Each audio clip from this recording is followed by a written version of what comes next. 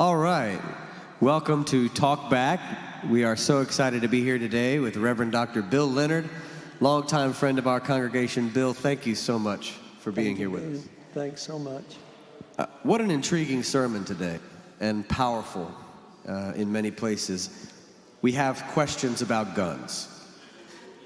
But before we get to the questions about guns, I want to respect your exegetical brilliance this morning and work that you did in helping us to see behind Hosea and to think about the recovering God first before we move into the practical application of what we discover from God. Talk to us a little bit more about how you came to wrestling with this, how you found that article from Brueggemann, which was so perfect, and it sounded to me like you're saying God is recovering from a history of violence. And that may be a struggle for some of our members and others who imagine that God does not change or is perfect in all ways. But talk to us about the theology behind a God that is recovering. Brueggemann was my teacher. I really have not preached out of the Hebrew Bible extensively because I don't have much training in reading those texts. And of late, when I'm working on a passage of Scripture that I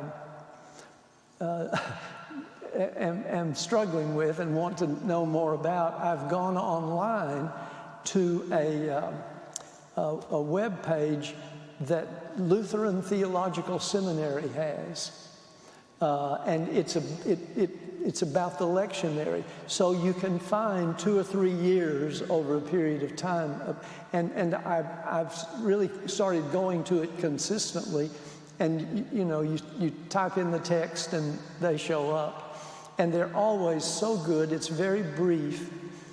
But the first one I read, and I don't always check the footnotes on these articles, but I happened to look at the end to see what was referenced, and it was this 2008 journal article. And I'm still fortunate enough to be able to get into journals through the Wake Forest Library. And I found it and read it, and it's not too much for me to say. It took my breath away. And I thought this morning, hearing the text read, I probably should have taken more time to talk at the end of that passage. And I'm so glad it's printed in the bulletins, because you can reflect on it throughout the week, I hope, if you choose to.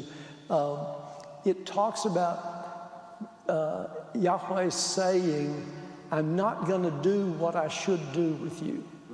I'm not going to give you wrath. I'm going to stay with you. I'm going to love you. And that's where Brueggemann and some other writers have said this is unique among even the prophets. If you go back and look, there is this compassionate side of God in Isaiah and Jeremiah, but much of that is you were chosen and you didn't take it seriously, and you think chosenness allows you to do what you think. It's an entitlement, and God is going to come at you with wrath. And the destruction of Jerusalem by several tribal powers in that time was evidence of that. And they're carried off, some of them, into exile, and the temple destroyed. And Hosea is writing before the Assyrian siege in Israel, in the northern kingdom. And but what I didn't realize until I read Brueggemann and then went back to some of the online commentaries, this is a unique view of God's nature in Hosea. I did not realize that it was that drastic a view from the others. And this is where God's, as Brueggemann and as Hosea tells it, God's compassion is so strong I called you out of Egypt. That God cannot give that up. And it becomes the thing that's the recovery part. He comes out on the other side of retribution into compassion. And Brueggemann notes, or one of the commentators does, that compassion then becomes incarnate, the church says, in Jesus the prophet. And that's the side of God that Jesus not only magnifies but represents. So that's my Yeah, that's really helpful because it's picking up on themes from previous weeks in Talkback where we talked about how Jesus chooses which aspects of Jewish tradition and God to pick up on. Yes. And there are very specific choices Jesus is making, and this would be one where Jesus is choosing the compassion and the grace that is displayed in God's nature in Hosea as a vision for what God is going forward. But you also challenge us not, and you've already mentioned this, challenge us not to rest in that grace in what Bonhoeffer would call a cheap grace, by saying that sometimes we think about God's love and grace in a way that makes it seem like we can just live in entitlement all the time. And that's sort of like a cheap grace. What's the alternative to entitlement? The entitlement that many live in America, many Christians live in this sort of entitlement, particularly white Christians in America, but also just all of us in our lives. We think, oh, well, God loves me and there's grace so I can do whatever I want. That you remind me, the academic word for I'm living in grace, there's that old parody of the old hymn, I was sinking deep in sin and gee, it was so much fun.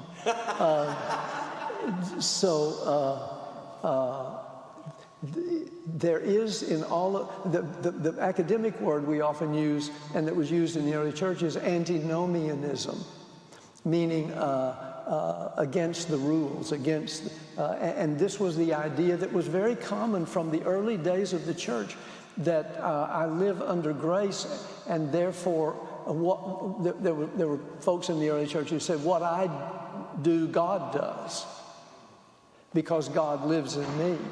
And that was its own kind of idolatry. And the early church fathers and mothers write about that kind of antinomianism and call back to the boundaries of love that Jesus sets for us, to love your neighbor as yourself, etc. And so that's not new in the church. And you touched on it. One of the things I've been reading, some friends have sent me just this week some articles I had not seen. Actually, some of you may know Mike Queen, who was a longtime pastor at First Baptist Wilmington and is a trustee at Wake Forest, sent me and some other people several articles, new articles, that really dig deep into this whole Christian nationalism. And much of that is, and they were quoting people, the people who promote this as saying this is a Christian nation, and they cite one individual in that is, I don't think he's in the Texas House of Representatives, but he's a donor to it, who told I think the speaker, who is Jewish, of the House of Representatives, you should not be here. This should only, the House of Representatives should be for Christians. I had not seen that kind of extreme language in anything, and that's what concerns me greatly, because it seems to me that's that whole entitlement issue. We are many of the early founders or settlers in this country in the colonial period spoke of the colonies as God's new Israel, or as Redeemer Nation, or as, of course, the city on the hill. And that's that chosenness that keeps coming back into but it's becoming even more narrow, and particularly in an effort to change the laws of the country in ways that privilege not just Christianity, but a particular kind of Christianity. Version. And I'll be the historian now and say, and the Baptist at this as well, to say one of the things that this has felt like for me for a long time, really since the 80s, I came up in and out of the Southern Baptist Convention, but as Southern Baptist methods of evangelism began to fail them, it seems to me that, and they're just one example, that they went looking for government re-privileging as the culture changed and Sunday lost what I've said up here, the changing sociology of Sunday changed the privileging of Sunday in the culture that was privileged largely toward Christians and particularly Protestants. As that privilege has been lost, and as the old evangelistic methodology has attracted fewer and fewer people, which stunned that crowd, they've started asking for what seems to me to be more culture privilege, and often in the form of legislative privilege, not just for religion, but for the church. That's right. I mean, that's amazing to think through how people react to church decline and have been reacting to church decline since the 80s. And a particular move is to go toward making the government Christian as a way to continue to have some foothold of power. When you're losing power and you're losing members and you're losing money, what do you do? And example being government money to fund parochial education. Which we Baptists used to fight tooth and nail. But now so many Baptists are, as my former colleague and great friend James Dunn would say, coming up to the government trough. Which goes all the way back to how we got into the mess on Roe v. Wade, which came out of the segregation academies that Jerry Falwell and others had started, that were these racist private schools that they wanted the government to fund. Yes. And when the government, the IRS, said, we're not going to fund them if you keep them segregated, then suddenly they turned toward abortion as a way to regain power. Mm-hmm. And instead of fighting a racial battle, which is what it really was, they turned toward this new issue, partnering with conservative Catholics. Mm-hmm. And so it's kind of come full circle now, from segregation academies to supporting these parochial schools. But that's another issue in addition to guns that people can come up and talk about. But before we move to guns, which we're coming to, I promise folks, I want to talk about this comparison and contrast you brought us into with Bonhoeffer's quote about evil and folly. I thought that was really powerful and it also led to some of our questions. You said some things like, evil has the seeds of its own destruction built into it, but from folly we have no defense. Mm-hmm. And that we need to treat fools more cautiously than a scoundrel. I think that has played out quite interestingly over the last 6 to 8 years as a country, as we see the rise of more and more fools in power, with more and more power. And we find ourselves as people of faith always feeling like our job is to reach out and to instruct and to guide and to help people. We want to talk. If you're different than us, we want to have a conversation. We want to reason with you about your beliefs so that maybe we can come to some common ground. Where's the middle ground? But you're saying that this is very difficult to do with fools because they don't want to reason. Yes, and they have this methodology that if they don't like it, you're either lying to them, it's fake news, or we don't have to pay attention. And I'll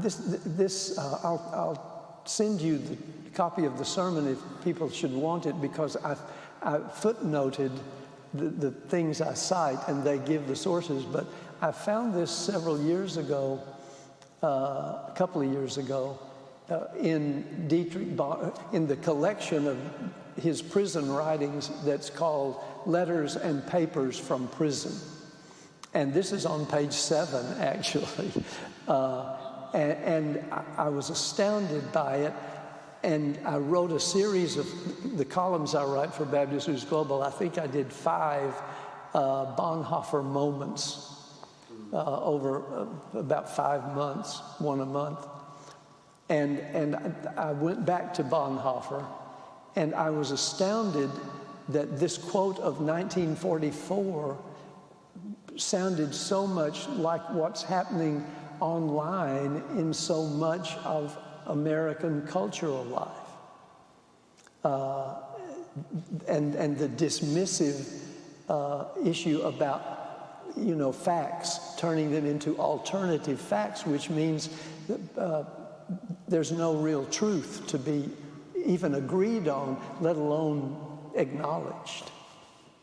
Yeah, there's a book on this that I found very fascinating that was written many years ago, but I keep coming back to it, called Fantasyland, and it's sort of the history of fantastical thinking in America, all the way back to our founding. And there's some critique of religion in there, obviously, but it makes things like the QAnon phenomenon nowadays seem more in keeping with a legacy of fantastical thinking in our history. But it feels different now, and it feels that this kind of fantastical thinking has been given a platform in a way that it hasn't in most of my lifetime. Yes. It's become a whole different way of looking at life and knowledge, life and facts even. Well, let's go ahead and move into guns. One of our first questions here is, I understand reasoning doesn't work with avowed gun rights activists, but what might soften them? What might allow them to consider banning AR-15s or assault rifles and magazines, etc.? That's very difficult, because Columbine High School was what, 20 years ago? 23, yeah, years ago. And the moderate kind of congressional action that was taken after the shootings I referenced, really, is the first legislation of this nature in 30 years. Stunning. And I really think, I don't know, some of you may have grown up in similar Baptist churches, but I started to start with that this morning. I grew up in Southern Baptist churches where preachers and evangelists were always talking about idolatry. And it was often aimed at women. You've made shopping your idolatry, or you've made hunting and fishing or football your idolatry. But when you look at the history of idolatry in Scripture and in history, the way in which some people understand firearms is to me just classic. And I don't mean all people. I'm not talking about that. But even that congressional person. That I thought that person would have felt at home with the priests of Baal when confronted in that Elijah story. Right, because I would love to peel back the layers of the theology behind that comment that elected official made. They said that if Jesus didn't have guns and therefore was not able to save himself when his government tried to kill him. That's right. That's the quote. And so therefore that's a justification that we should arm ourselves so that our government can't kill us if they want to. Well, and a candidate for governor in Georgia this year didn't win the primary, 3.4% of the vote, put on the van that was being used to broadcast candidacy, and then said after the decision on Roe v. Wade that SCOTUS finally joined me in celebrating Jesus, guns, and babies. And that was a campaign slogan. And again, I rest my case about idolatry. When you think they'll protect you and they don't, but you won't give up the possibility that they will, and then seriously, this idea that the Constitution, when it speaks of, and when we get to the Second Amendment, that is somehow sacrosanct about any, and that if you do this about assault weapons, then the next thing you know, quote, they're coming for your guns, which is to light the fire under the whole thing. And I'll go back then to the question. I think that one of the things that may happen is parents and the families of people who have been killed specifically with these kind of firearms, and the idea that an 18-year-old can just walk in and get them it's just such a terrible way to interpret the Second Amendment. But it's being done by the Supreme Court in their decision about the concealed weapons in New York. So I have not ever talked, I think, publicly about firearms as an idol, but it's just there. And Hosea tags it. You could also go to that. There's that story, when Moses comes down the mountain and the Israelites have made the golden calf, and Aaron, who did that, he had them put their gold and all in the fire. And Moses says, "Why have you done this?" And in one of the most tragic and funniest lines, I think, in the Hebrew Bible, Aaron says, "I just threw in the gold and out came this calf." And that's what we're saying in our culture. Okay, I could buy this gun and it's the protector. I think the sense of security around it is, you hit it right on the head. For me, when I think about, there's this book written by a guy named Furman de Brander. The title is very provocative, "Do Guns Make Us Free?" Mm-hmm. Mm-hmm. And he studies the arguments for this, and he helps you see that if the government really wants to kill you, it will kill you. The amount of guns that the citizenry have will not stop the government from killing you if it wants to kill you. It's interesting that those who are also voting for the Defense Department to spend billions of dollars on F-16s, imagine that an AK-47 could fight against a Bradley tank or an F-16 fighter. If the government wanted to destroy your neighborhood, they could do so overnight, even if you had all the guns in the world.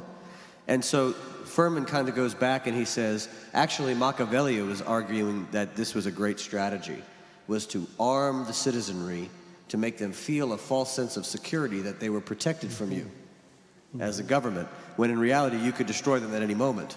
But the fact that you let them arm themselves make them feel like they have power. That's right. And security and safety, even though it's a completely false and delusional sense of security. Well, we are almost out of questions here, so we're going to open up the mic for folks to come if they want to have a question, ask Bill about some of the things we've talked about, whether it be about God and God's nature, or the concept of grace and entitlement, or evil and folly, or guns itself. We also brought up education, many different topics, and so we hope that you'll come to the mic and bring us whatever questions you might have that you want to ask Bill, or maybe something that Bill didn't talk about. Can I jump in on one? No, go ahead.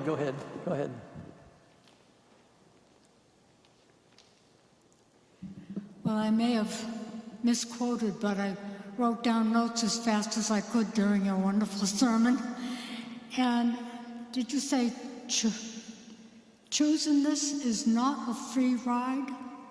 Choice is not a free ride? Chosenness. I think you were talking about entitlement, or the Israelites' chosenness is not a free ride.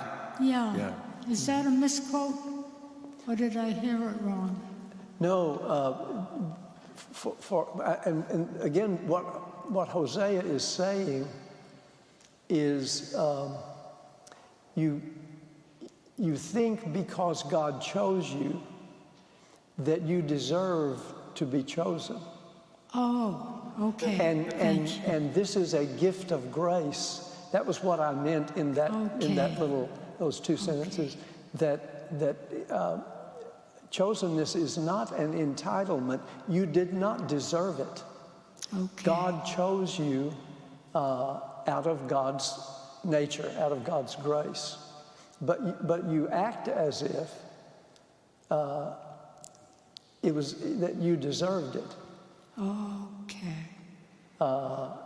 And you don't. And that's to me the thing about this whole Christian nationalism. And I learned this from Roger Williams, 1643. Wow.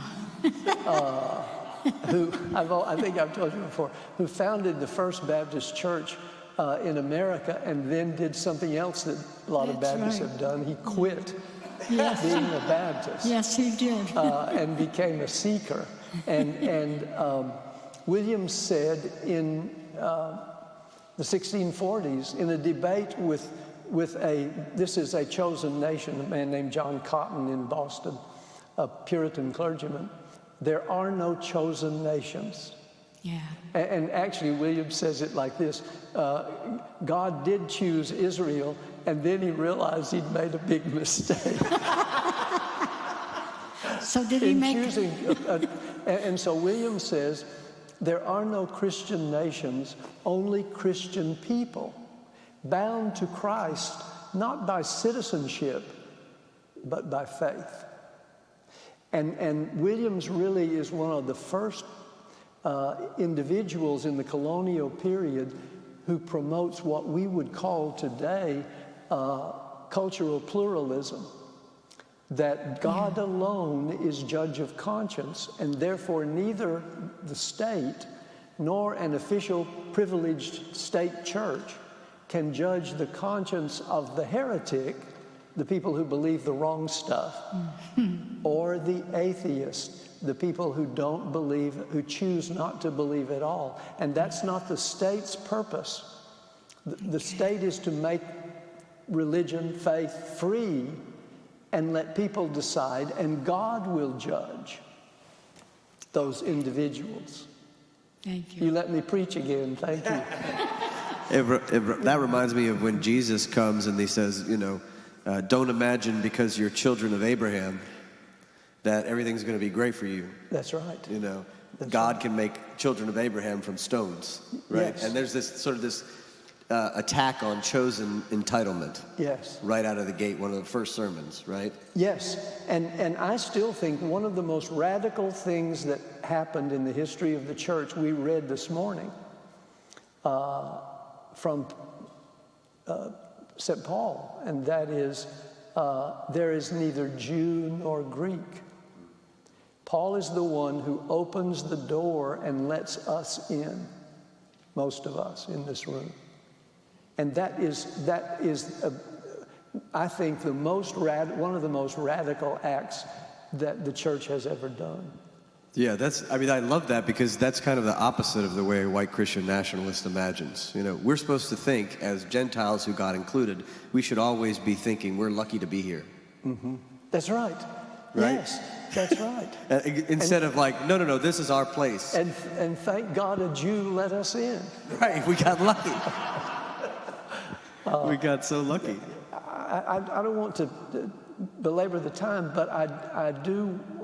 I want to jump in a bit, and if you want to talk about it in more detail next week, I learned from a friend that Ben had quoted me to you all about the name Baptist, And I just wanted to affirm that he was right about that. He didn't make that up.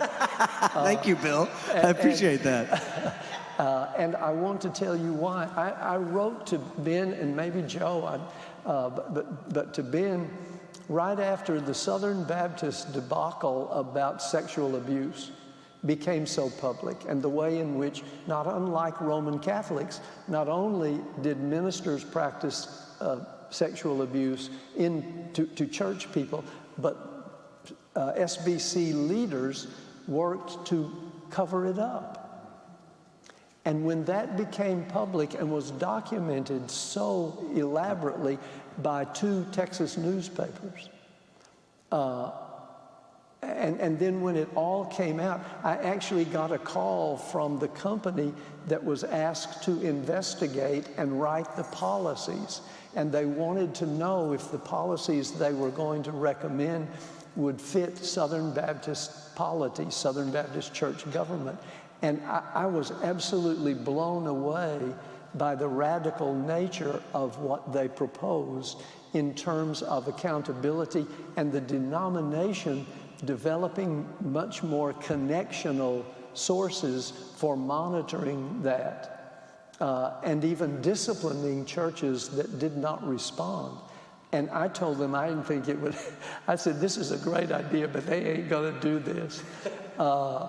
But they did, because the public pressure was so vast that they couldn't be like the fools and deny it, because they had it.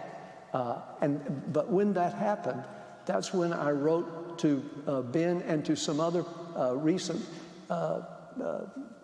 pastoral leaders out and about, a younger generation too, that now was the time that I had been hesitant about dropping the name because of its historicity, and I didn't want to give them the right to take that name away from us. But the other thing I have learned is so few people in this country, religious, or let's just say Christians and non-Christians, so few people know what those denominational names mean anymore. The decline of denominational programmatic life because of the decline of denominations has just really radically changed the way people, white, African American, Latino, those churches, there's just no system for inculcating identity. And I've taught Baptist identity class at Wake even since I retired, and I was astounded at the students who consistently would say, well, we didn't grow up Baptist, and we don't know what you're talking about. Or we didn't grow up going to Sunday school, so the things that you reference, we don't have a background for that, and you're going to have to be much more explicit about what this means. And many of them come from either having been grown up in homes that were nones, that is, religiously unaffiliated, or from other denominations, or from sparse church attendance, even in denominations. And so I think that the name Baptist doesn't register in the same way, or United Methodist, or Lutheran, or Episcopalian.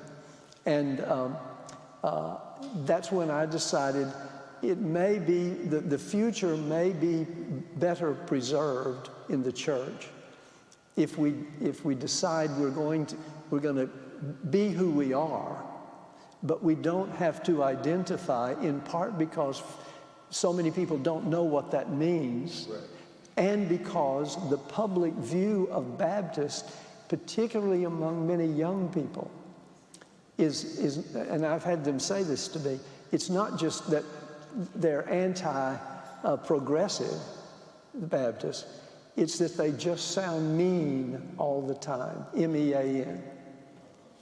And I have taken that to heart.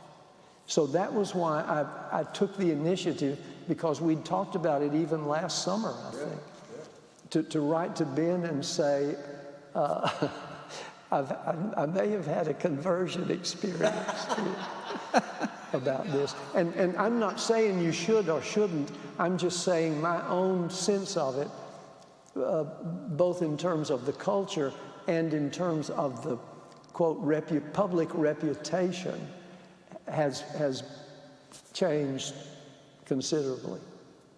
Well, I appreciate you saying that for a lot of reasons, Bill, as you could probably imagine. But I think that I have been getting contacted by a number of leaders in our church who've been lifelong members, who for them, the time has also come. Mm-hmm. And it's not, the time has come for us to not be Baptist in the way that we always have been. Yes. It's time for us to disassociate our name, the nomenclature, the identity that's public-facing from our church, and to continue to be congregationally led, to continue to promote soul liberty, to continue the freedom of the pulpit and all the things, lay leadership, that have been critical for us and are our deeply held convictions, but yet not have the title of the word that has been so deeply changed. It actually has changed, and that's part of what your story is, of having to leave the Southern Baptist Convention because it changed so radically. And I was thinking, as a historian, you might like this, or you might say, you're crazy, Ben, but the word was an insult to start with. That's right. And now it's become an insult again. That's right. I mean, historically, Anabaptist was an insult, right? It was an insult, yes. I'm going to tease you all and wind up here and say, you know what one of the earliest names for Baptist was? It was Dipper. Dipper. D-I-P-P-E-R, because everybody else sprinkled and the Baptists dipped. And I used to tease and say, you know, the earliest name for Baptist was Dipper, but in North Carolina, that means a whole different thing. People had this little snuff in their corner. But so you might get some attention if you put Myers Park Community Church, parentheses, Dipper.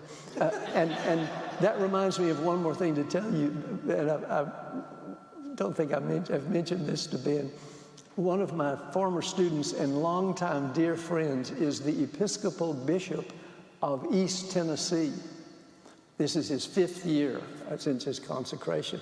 And he calls me and we talk about these changes in the church. And recently he called and said, I have confirmed over 60 people from outside the Episcopal Church into the Episcopal Church. And he said, so many of them were Baptists and Roman Catholics that it may be that ex-Baptists and Roman Catholics may save the Episcopal Church for at least another generation. And we had a big laugh about it. So thank you for letting me come today. Yes. Thank you so much. Let's give Bill another round of applause. Thank you, Ben.